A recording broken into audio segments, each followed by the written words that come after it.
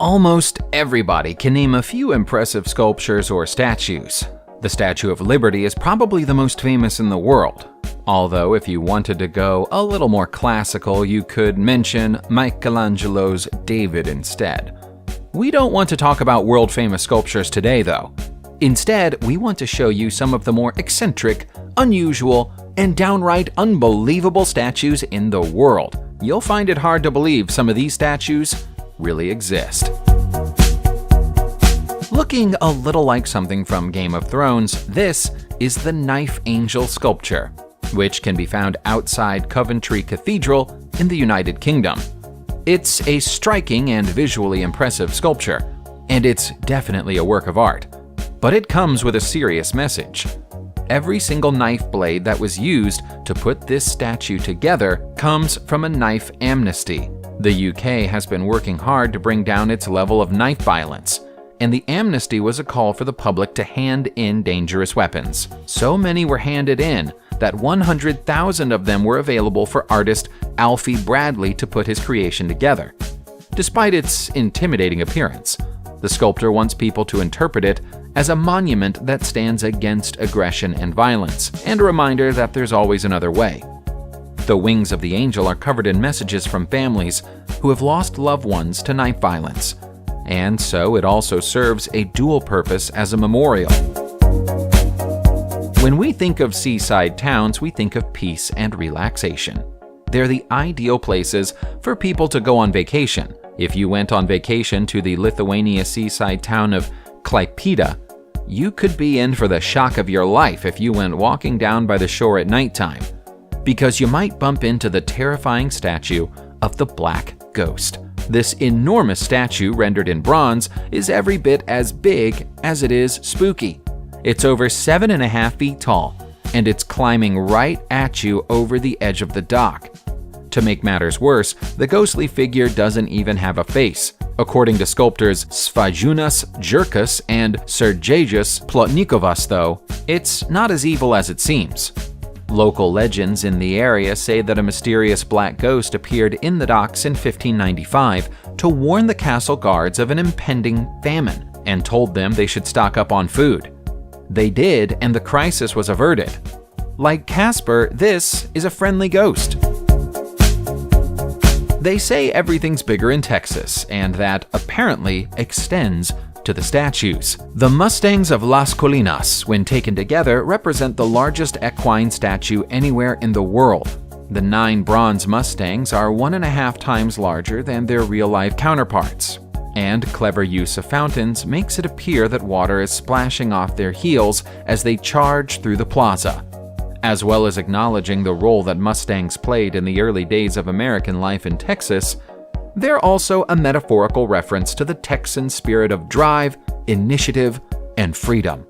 Designed and created by Robert Glenn, a notable African wildlife artist, they were installed in 1984 and have become part of the landscape of Williams Square Plaza.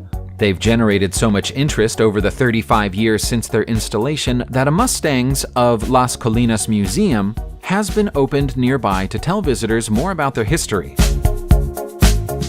Of all the things you could make sculptures or statues of, shoes are something of an unusual choice. If we're talking about the shoes on the Danube installation in Budapest, Hungary, though, we'd argue that it's one of the most touching and poignant pieces of artwork in the world. They're a reminder of a dark period in Hungarian history, the overthrowing of Miklos Horthy by Adolf Hitler in 1944, and his replacement by Ferenc Szalasi, a Nazi ally. Szalasi followed Hitler's lead by torturing and executing Jews, expelling 800,000 of them from the country and executing at least 20,000 on the banks of the river Danube. Before they were shot, they were forced to remove their shoes, so the shoes could be given to Nazi soldiers. Each pair of iron shoes you'll now find by the river is a tribute to someone who lost their life in those terrible circumstances. The tribute was the idea of film director Can Togay, who worked with artist Gyula Power to make it a reality. There are 60 pairs of shoes in total, all of which have been made according to 1940s styles. It's hard to know exactly how to describe the sculptures which make up the phenomenal nature exhibit by Mrinalini Mukherjee. You can find it at the Met Museum in New York, so if you're in the neighborhood, it might be a good idea to visit it yourself. Mukherjee's style was to take elements of nature and fashion them into humanoid figures, thereby blending sculpture and abstract art together.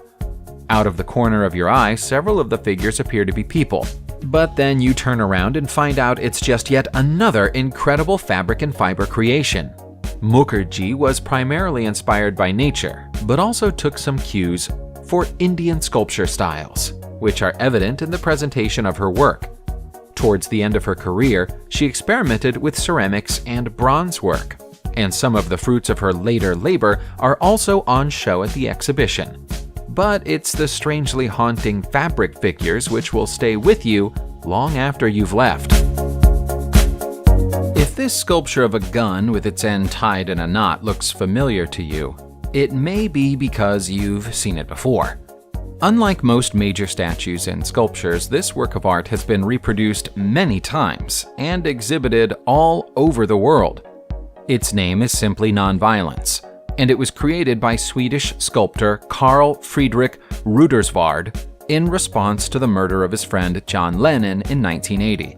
Lennon's widow Yoko Ono commissioned the work from him, and the artist based his creation on the appearance of a Colt Python .357 Magnum revolver. It's gone beyond being a simple sculpture and become an international symbol for peace. Since 1993, it's been the logo of the International Nonviolence Project.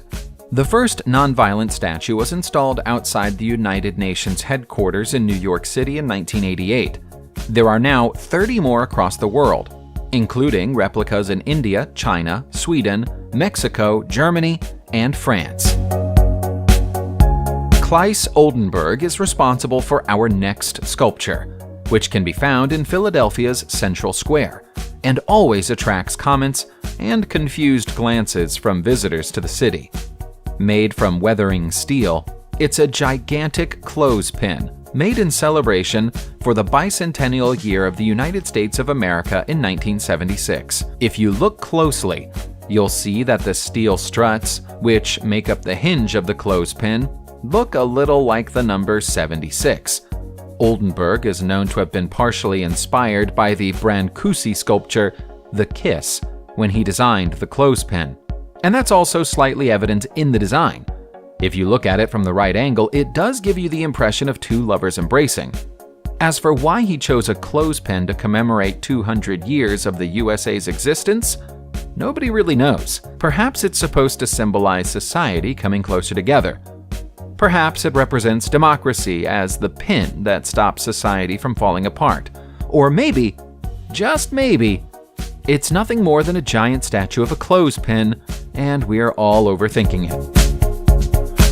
If you're arachnophobic, you might want to look away now. This is Maman, a creation of the French-American artist Louis Bourgeot. Most people know it far better as the spider, and not without good reason. This 8-legged nightmare sculpture is 30 feet tall and 33 feet wide. It's also very heavily pregnant. Its sac is bulging with 32 eggs, all of which are made of marble. As an added piece of flair, the thorax and abdomen of the sculpture are made from ribbed bronze.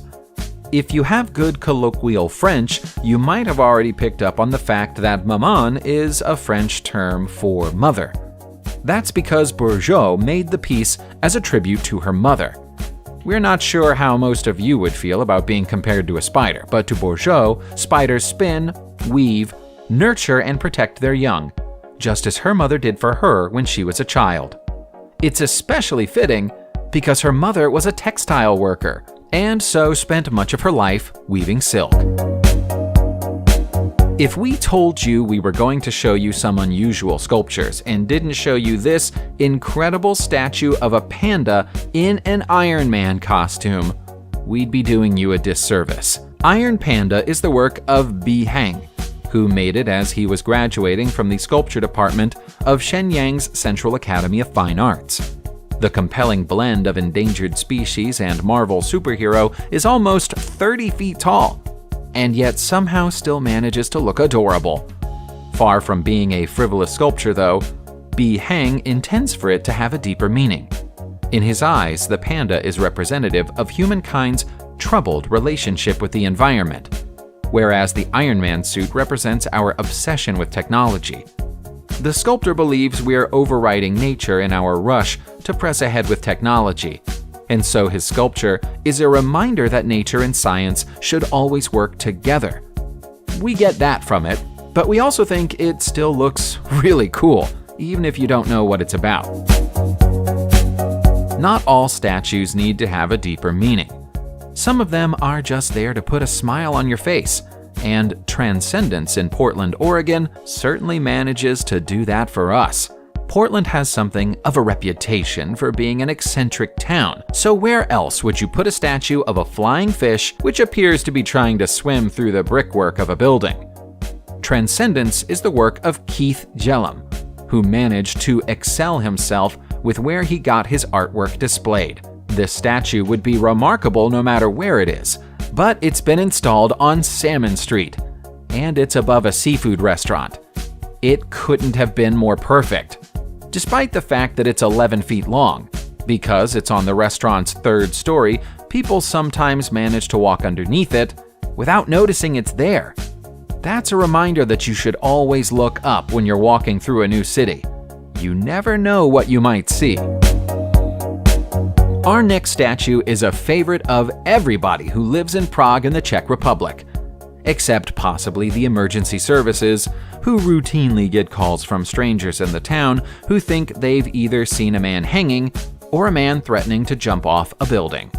While the silhouette of the sculpture does look like something more grisly, it's actually a whimsical tribute to Sigmund Freud. The statue was, for want of a better phrase, hung in its current location in 1996 by sculptor David Cerny, and goes by the name of Zavisny Muz, which translates into English as man hanging out. Cerny is known to be an artist with a dry wit and a dark sense of humor, and by making a statue of Freud dangling on the edge of calamity, he's making a statement about the status of intellectualism as the 20th century drew to a close.